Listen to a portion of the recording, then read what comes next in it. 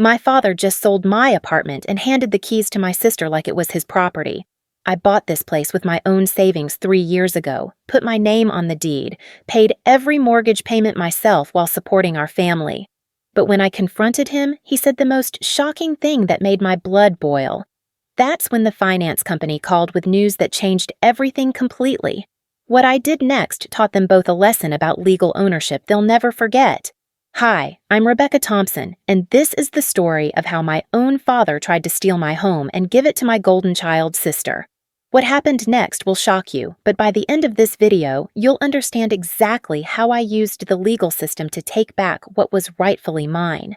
3 years ago, I was living in a cramped studio apartment, working 2 jobs just to make ends meet.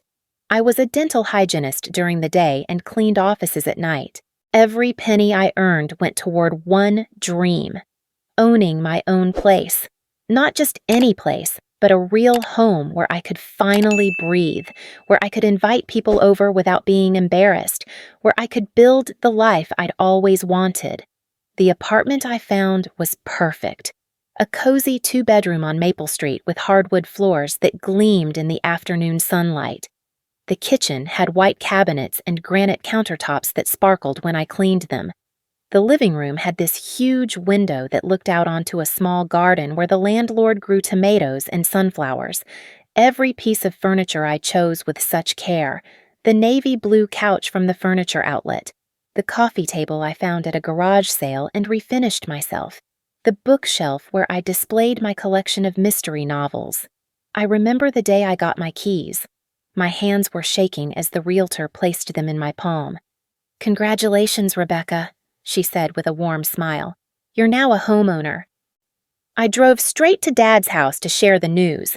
He was in his recliner watching the evening news when I burst through the door. "Dad, I did it! I bought the apartment!" I was practically bouncing with excitement. He looked up from his TV with a slight smile. "That's nice, sweetheart. Good for you?" Then he said something that should have been my first warning. "Family helps family, you know. That's what makes us strong." At the time, I thought he was just being supportive. I had no idea those words would come back to haunt me. For the first year, everything was perfect. I loved coming home to my place, using my key, sleeping in my bedroom. I invited Dad and my sister Sarah over for dinner several times. Sarah would walk around, touching everything, making comments like, "This is so nice, Rebecca. You're so lucky." And Dad would nod along, saying things like, "Rebecca always was the responsible one." But then, things started to change. Sarah's marriage began falling apart. Her husband Marcus had been struggling with depression and had become increasingly distant. Sarah would call me crying, talking about how hard it was to manage their 2 kids while Marcus withdrew into himself. I felt terrible for her. I really did. That's when Dad started dropping hints, little comments here and there. "You know, Rebecca, you have all this space. Sarah's cramped in that little house with the kids." Or, "It must be nice to have a quiet place all to yourself. Some people aren't so fortunate." I started feeling guilty. Here I was, living alone in a 2-bedroom apartment, while my sister was struggling with 2 children and a failing marriage. Dad's comments made me question everything.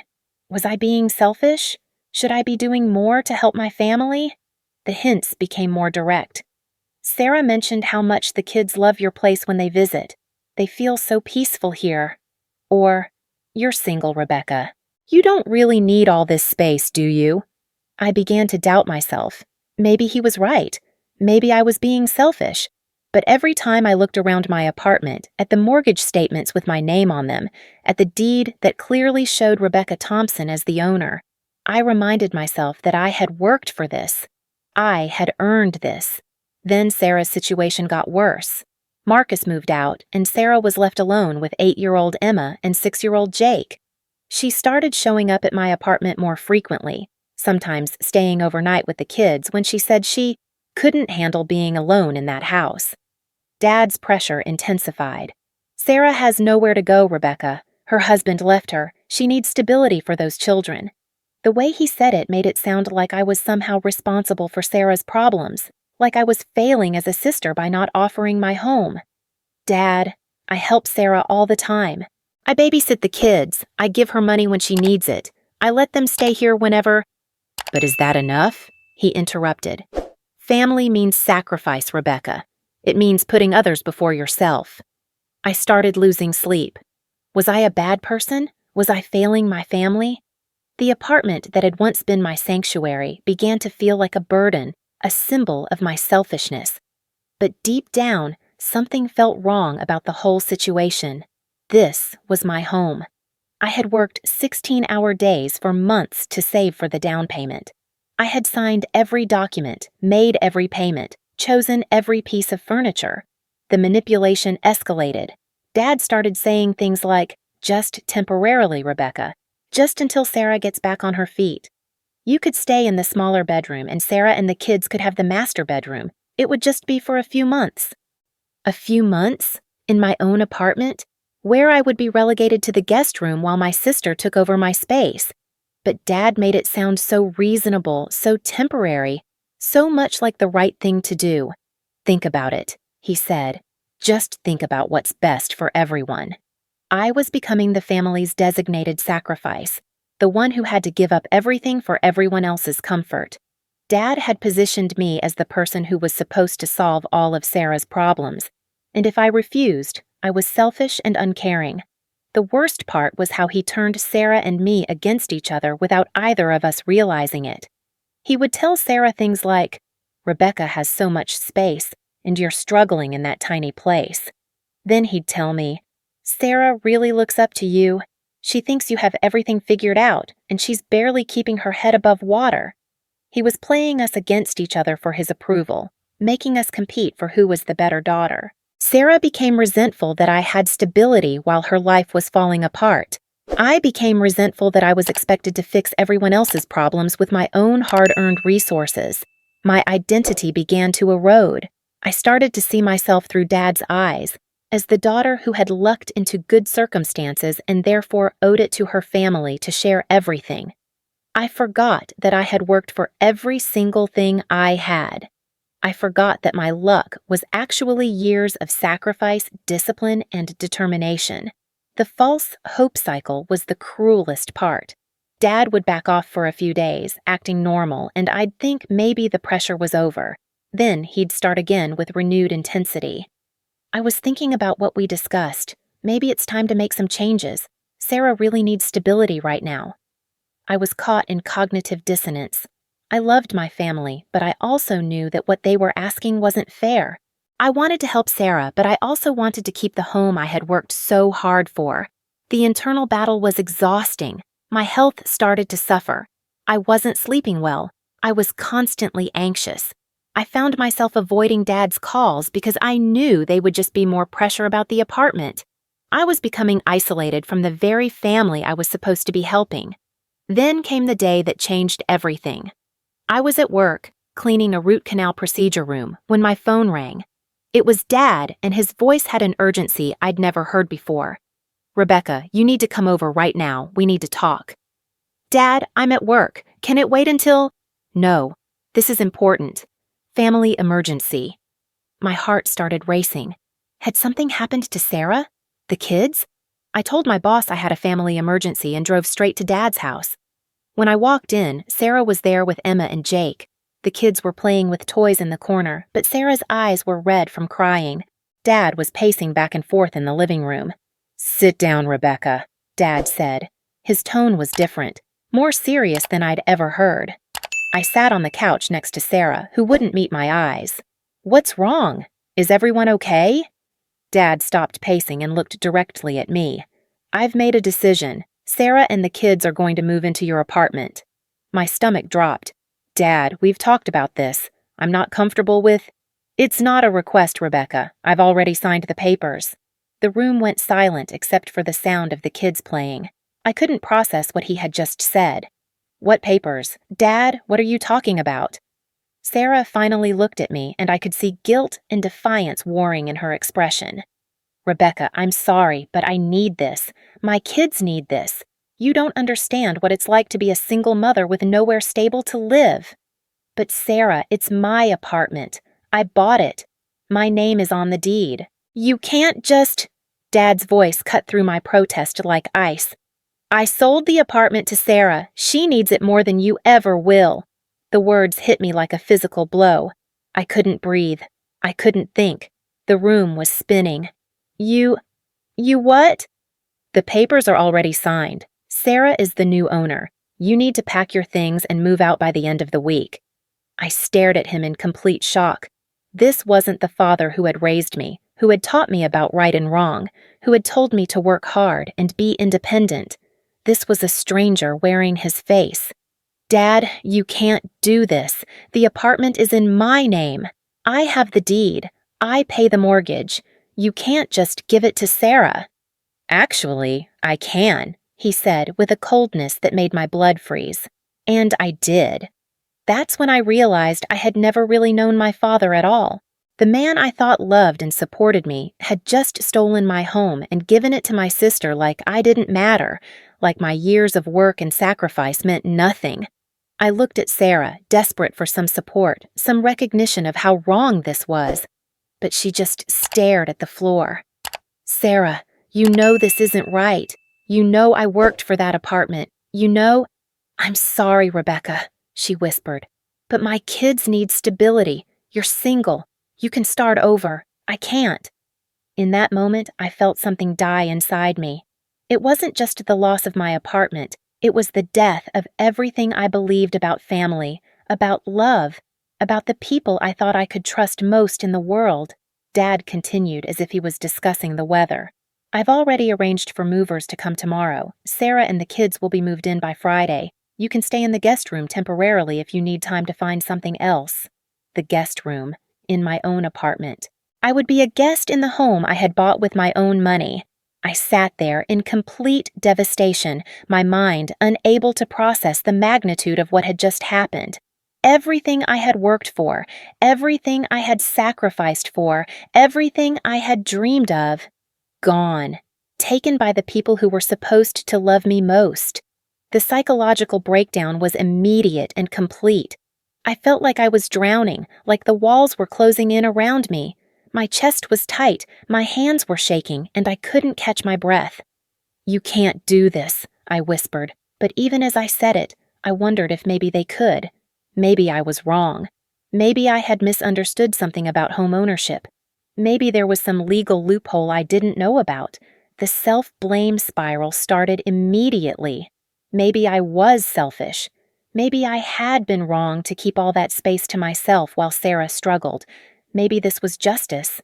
Maybe I deserved this for being such a terrible sister and daughter.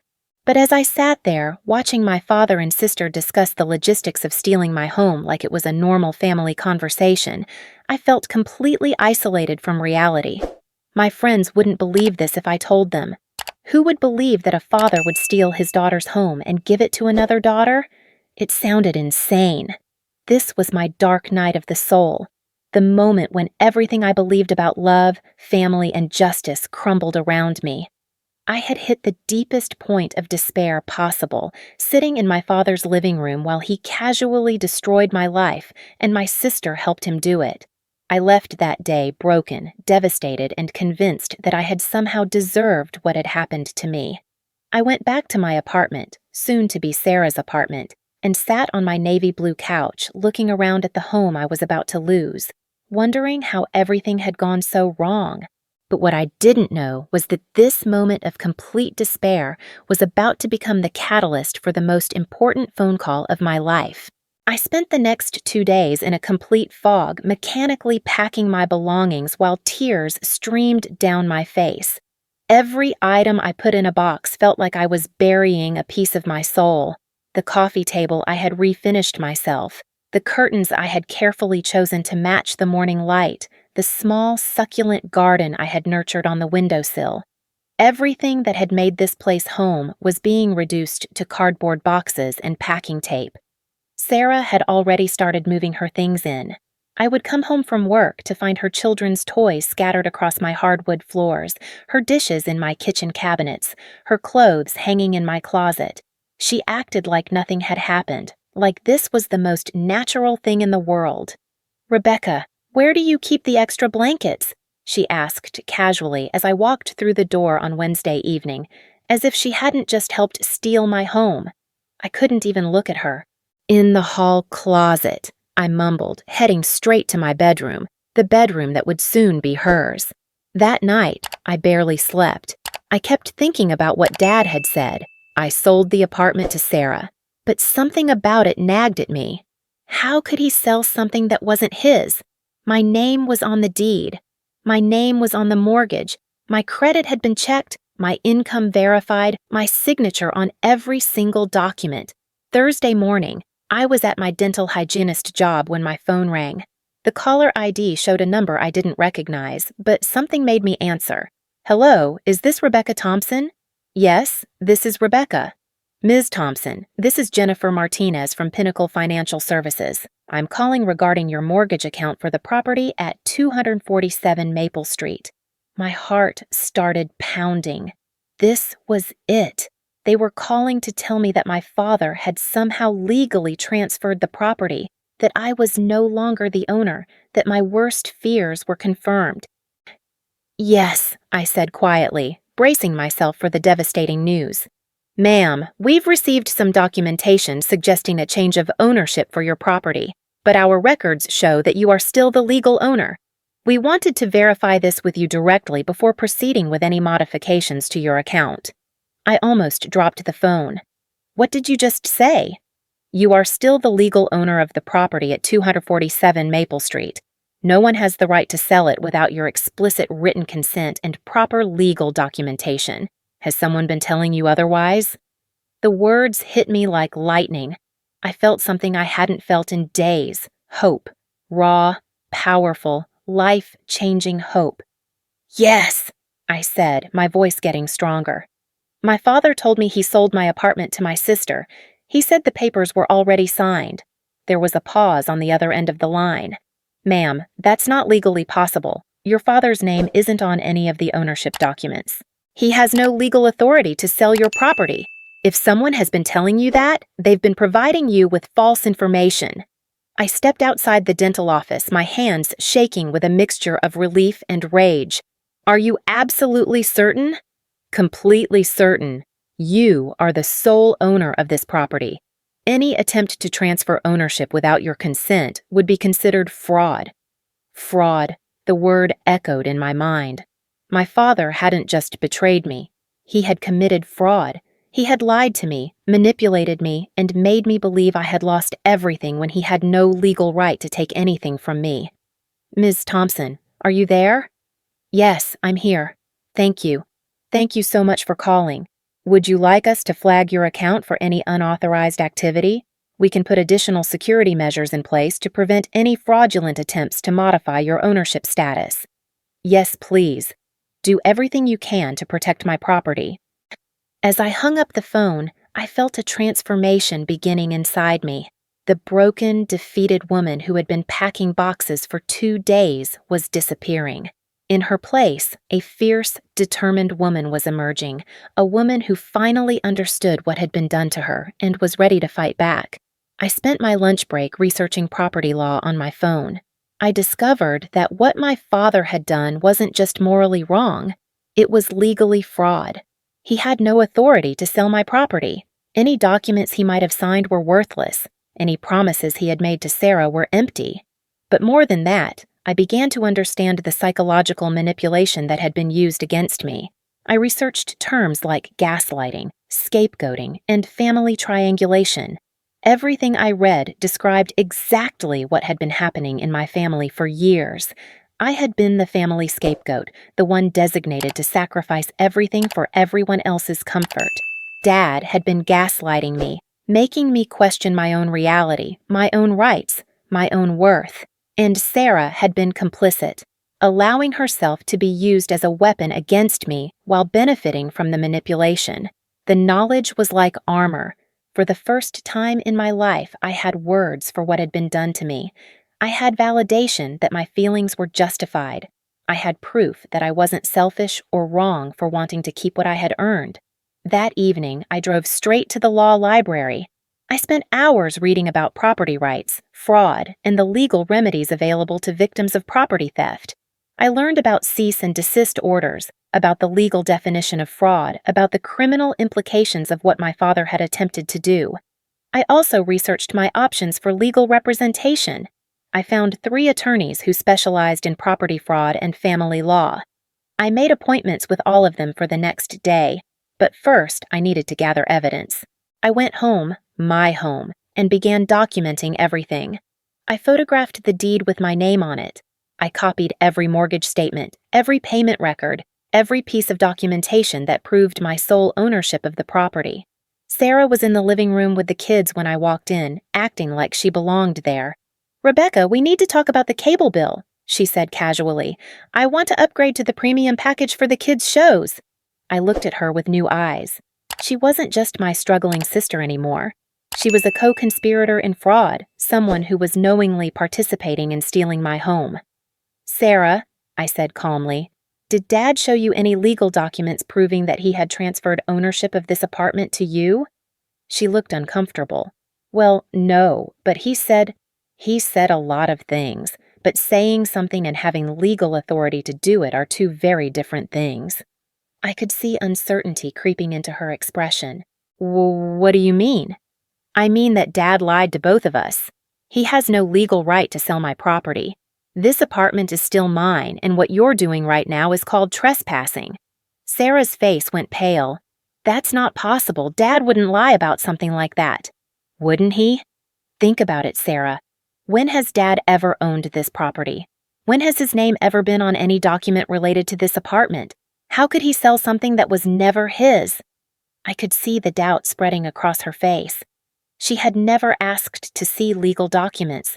She had just trusted Dad's word, the same way I had initially trusted his manipulation about family sacrifice.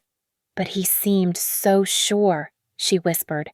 "He's been manipulating both of us," I said, "making you think you were entitled to something that was never available and making me think I was obligated to give up something I had every right to keep."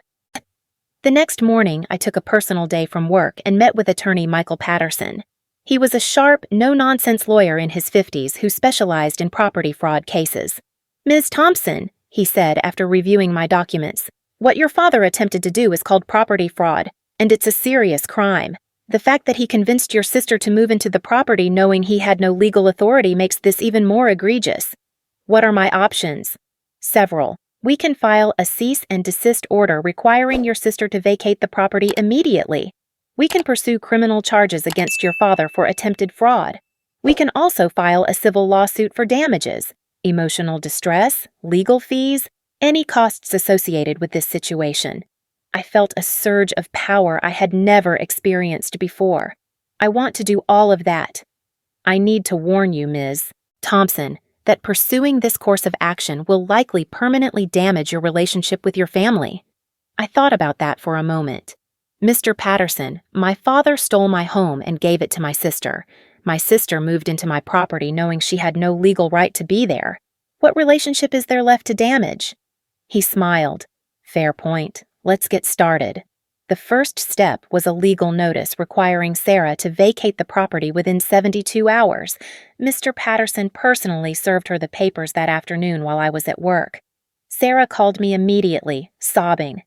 "Rebecca, what is this? Why are you doing this to me? To the kids?" "I'm not doing anything to you, Sarah. I'm protecting my own property rights. Dad lied to both of us, and now we're dealing with the consequences." "But where am I supposed to go? The kids are settled here. Emma loves her new room." For the first time in my life, I felt no guilt about Sarah's situation. Her problems were not my responsibility to solve, especially not with my own home and financial security. "Sarah, you have 72 hours to find alternative arrangements. I suggest you call Dad and ask him to provide you with the home he promised you." "Rebecca, please, can't we work something out? Can't I stay just a little longer?" "No," I said firmly. "You're trespassing on my property. You need to leave." The second step was filing a criminal complaint against my father. The police took my statement and all my documentation. Detective Rodriguez, who handled fraud cases, was appalled by what he heard. "Ms. Thompson, I've seen a lot of family financial crimes, but this level of manipulation is extreme. Your father essentially tried to steal your home by convincing you that you had no right to keep it. Will there be charges? Absolutely. Attempted property fraud, criminal impersonation of a property owner, and possibly elder abuse if we can prove he was exploiting a power dynamic. The third step was the most satisfying. Mr. Patterson helped me draft a detailed letter to my extended family, explaining exactly what had happened. I sent it to my aunts, uncles, cousins, and family friends. Everyone who had been fed Dad's version of events about me being selfish and Sarah needing family support. The letter laid out the facts.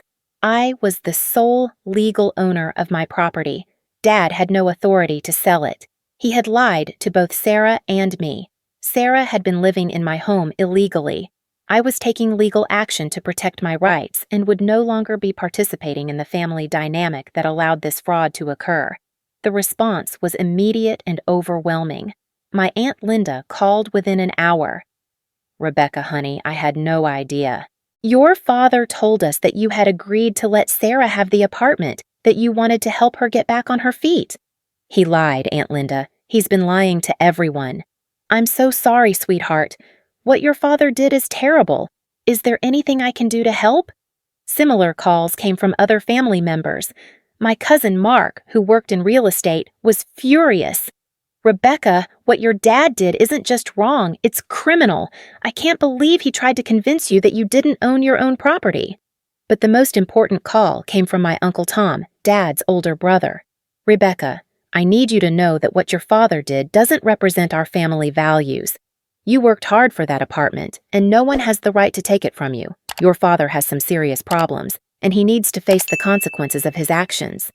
Meanwhile, Dad's world was falling apart. Without me as the family scapegoat, the dysfunction that I had been covering up for years was exposed. Sarah, now facing homelessness again, turned her anger on Dad. "You told me the apartment was legally mine," she screamed at him, according to my cousin who witnessed the confrontation. "You made me move my kids, pack all our stuff, get them excited about a new home, and it was all a lie." Dad tried to maintain his authority. "Rebecca is being selfish and vindictive. She's tearing this family apart." But no one was buying it anymore. The community that had once seen Dad as a devoted family man now saw him as someone who had tried to defraud his own daughter.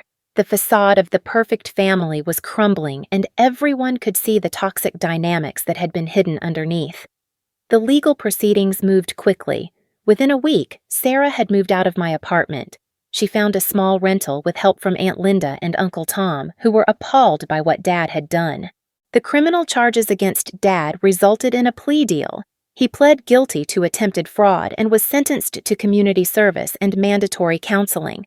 More importantly, he was required to pay my legal fees and issue a formal written apology acknowledging that he had no right to attempt to sell my property. The apology letter was probably the most satisfying document I ever received. I, Robert Thompson, formally acknowledged that I had no legal right or authority to sell or transfer ownership of the property located at 247 Maple Street, which is solely owned by my daughter Rebecca Thompson. I acknowledged that my actions constituted fraud and caused significant emotional and financial distress to my daughter. I apologize for my actions and acknowledge that Rebecca Thompson is the sole legal owner of this property. But the real transformation wasn't in the legal victory. It was in me. I had gone from being a victim to being a survivor. I had learned to set boundaries, to protect my own interests, to refuse to be manipulated by people who claimed to love me while trying to destroy me. I changed the locks on my apartment and had a security system installed. I set up my space exactly the way I wanted it, without worrying about anyone else's opinions or needs. I bought new furniture to replace anything that felt contaminated by the experience. I created a home that was truly mine, protected by both legal boundaries and emotional strength. More importantly, I built new relationships based on mutual respect and genuine care. I joined a support group for people who had experienced family financial abuse. I met others who had been through similar experiences. Adult children whose parents had tried to steal their property, siblings who had been pitted against each other by manipulative parents, people who had been designated as family scapegoats and had finally broken free. I started volunteering with a local organization that helped people understand their legal rights in family financial situations. I shared my story with others who were facing similar manipulation, helping them understand that they didn't have to sacrifice their security for other people's problems. The most healing part of my recovery was the day I received a call from Sarah. It was 6 months after the legal proceedings had concluded. "Rebecca," she said quietly, "I owe you an apology. I've been in therapy and I'm starting to understand what really happened. Dad manipulated both of us. He made me believe I was entitled to something that was never available, and he made you believe you were obligated to give up something you had every right to keep. Thank you for saying that, Sarah." I was so desperate and scared that I let myself believe his lies because they offered me a solution to my problems. But that was wrong. Your apartment was never the answer to my situation, and I should never have moved into your home. How are you doing now? Better. I'm working with a therapist who specializes in family dynamics. I'm learning to solve my own problems instead of looking for other people to fix them. The kids and I are okay in our rental. It's smaller than your place, but it's ours legally, and that feels good. That conversation marked the beginning of a real relationship between Sarah and me, one based on honesty and respect instead of manipulation and competition. As for Dad, we had no contact for over a year. When he finally reached out, it was through Uncle Tom, asking if I would be willing to meet with him and his counselor. The meeting was awkward but necessary. Dad looked older, more tired. The counselor, Dr. Williams, facilitated the conversation. "Rebecca," Dad said slowly, "I need you to know that I understand what I did was wrong. Not just legally wrong, but morally wrong. I tried to take something that belonged to you and give it to your sister, and I convinced myself that I was doing the right thing for the family." "Why did you do it, Dad?" He was quiet for a long time. "I think I saw you as so strong, so capable, that I forgot you were still my daughter who deserved my protection and support. I saw Sarah struggling and thought you could handle losing your home better than she could handle being homeless. But that wasn't my decision to make, and it wasn't fair to either of you. It wasn't a perfect reconciliation, but it was honest. We agreed to rebuild our relationship slowly, with clear boundaries and regular family counseling sessions. Today, as I write this story, I'm sitting in my living room, in the apartment that I bought with my own money and protected with legal action. The morning sun is streaming through the window onto the hardwood floors I once thought I'd lost forever. My coffee table holds a stack of books about property law and family psychology, subjects I never thought I'd need to understand. But more than just keeping my home, I found something I didn't know I was missing: my own power. I learned that love doesn't require sacrifice of your basic security and rights. I learned that family members who truly care about you won't ask you to give up your home for their comfort. I learned that standing up for yourself isn't selfish, it's necessary. I learned that sometimes the greatest gift you can give someone is refusing to enable their bad behavior. By refusing to give up my apartment, I forced Sarah to find real solutions to her problems instead of relying on other people's sacrifices. By pursuing legal action against Dad, I forced him to confront his manipulative patterns and get the help he needed. The justice I found wasn't revenge, it was restoration. I got my home back, but more importantly, I got myself back. I transformed from a victim who accepted manipulation as love into a strong woman who demands respect and won't compromise her security for anyone else's comfort. And that transformation, I discovered, was the most valuable thing I had ever fought for.